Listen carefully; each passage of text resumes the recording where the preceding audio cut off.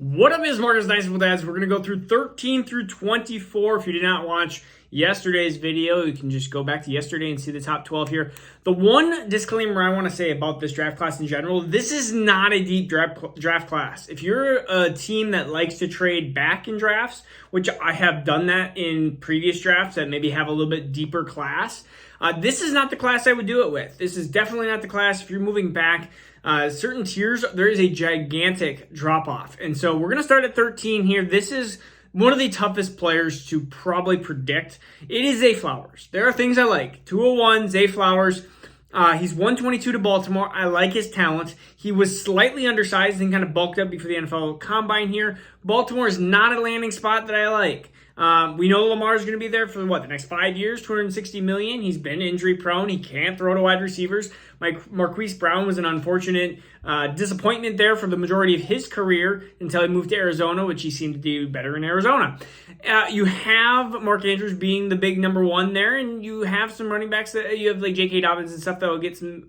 Honestly, this is a moot point because Zay Flowers again has the talent, has the first-round draft capital. I just think that the situation, which we don't like to rely a lot on situation, but there's going to be a couple players that we have to move down a little bit because, honestly, Baltimore is going to be a situation where it seems like Rashad Bateman and all other players like that go to die. And unfortunately, the Baltimore-New England situations were the two that I was worried about some of these wide receivers going to because it just seems like you have to be this extraordinary talent to try to break through. And Marquise Brown is a better wide receiver talent-wise than Zay Flowers is. And you saw what he did in his career with Lamar. So that's my opinion. Maybe Zay Flowers can prove me wrong. 202, the biggest faller besides Will Levis has been Zach Charbonnet. My RB3, I thought this was going to be an easy RB3. He ends up coming in as my RB5 now. Realistically, I don't know what Seattle's doing. I really don't. They draft him in the second round, 221. This is a huge hit for Kenneth Walker. Kenneth Walker was one of my favorite players going into last year's draft. I loved him. I thought that his receiving game upside was underrated. I just thought he didn't have the ability to do it, or he didn't have the opportunity to do it at Michigan State, but had the ability to do it. They drafted Zach Charbonnet, who can pass catch, who has all the attributes and stuff. You draft him in the second round. Is this going to be a 60-40 split? Is this going to be a DJ Dallas plus type of player? Is this what is Zach Charbonnet going to be? And second round draft capital, so you're going to have to use him. I mean, it's not like you can just say, nope, we're not going to use him. Or do they really say, you know what, Kenneth Walker, you did great in your receiving ability, but we're going to give that to Zach Charbonnet on third downs now, or we don't believe that you can fully survive the full long season? I don't know. This is definitely confusing to me. Zach Charbonnet right here, right? I mean, at this point, you have to take the talent to Zach Charbonnet. I mean, the opportunities, there's some better opportunities for sure. But Zach Charbonnet right here at 202. 203, Rashee Rice. 224 to the Chiefs. When you have Patrick Mahomes as your quarterback, it doesn't matter. I mean, Rashee Rice is in this kind of tier of like, is he extraordinarily talented? No. Is he as talented as Sky Moore? No. But do they have one of the worst wide receiving cores and the best quarterback arguably in the NFL? Yes. And so that's where Rashee Rice has to go here at 203.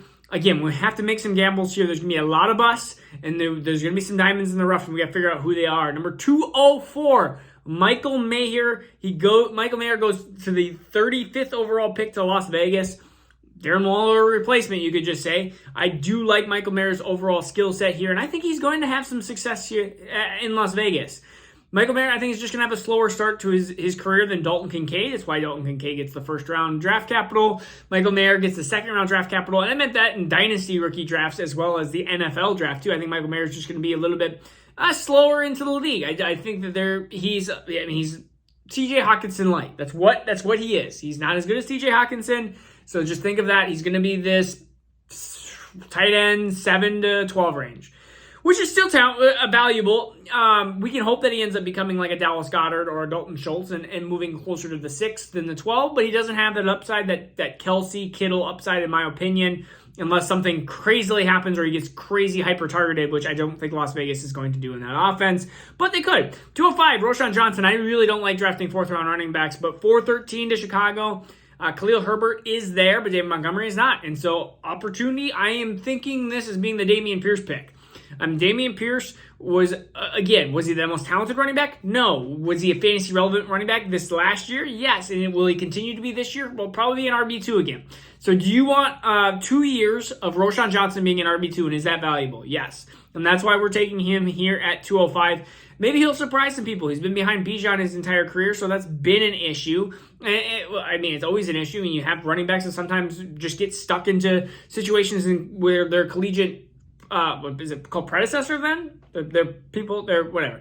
You see this Alabama running backs, saw this with like Alvin Kamara and stuff, where they didn't produce a ton in college, and then all of a sudden in the NFL they did because they actually got the opportunity. And when you're behind the greatest running back of the last 5-10 years, there's going to be some problems. You're not going to be the starter. So Roschon there. And we saw some Roschon stats compared to Bijan. And there were some similarities through some of that. So at round 4, why not? Take him here. Round 205, round 4 for Chicago, take him here. 206, Kendre Miller, 308 to New Orleans.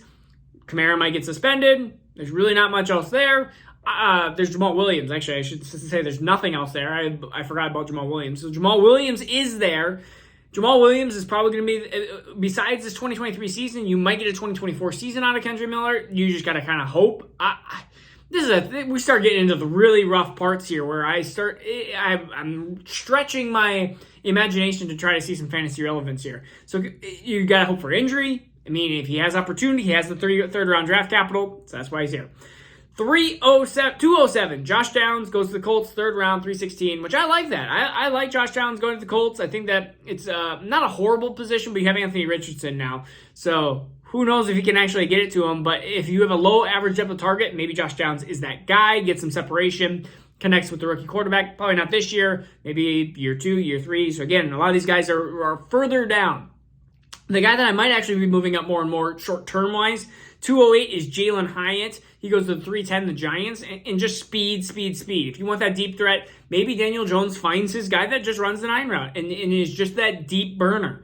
And so Jalin Hyatt could be that guy. And so he could be the boomer. He could be the Chase Claypool of a few years back where all of a sudden you had all these big touchdowns and then he kind of disappeared. So if you're looking for the Chase Claypool of this draft, I don't know if you want that or not. That's about what you're going to get here. Jalin Hyatt, 208. 209, Jonathan Mingo. 208 Carolina. Again, Carolina needs somebody to go with their young quarterback of Bryce Young. Adam Thielen, but he's getting towards the end there. And DJ Moore's not there. He's a Chicago Bear. So you have to throw it to somebody.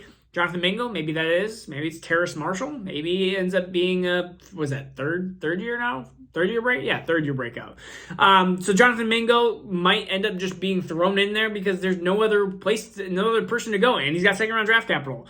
Number 210, Tank Bigsby. I think of this being a really decent backup. You're going to have Travis Etienne, who's been injury prone. He's had foot issues.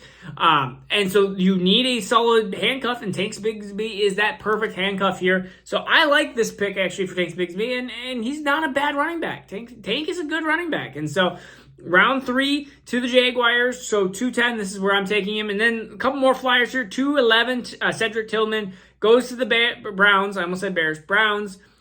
We'll see how long Amari Cooper stays fantasy relevant. Donovan Peoples-Jones was boomer bust. So Cedric Tillman, again, round 3 draft capital. You got to just try and take him here at the end of the second. And then the last one, 212, Hendon Hooker, 305 to the Lions. Maybe this is a 2024 Lions starting quarterback.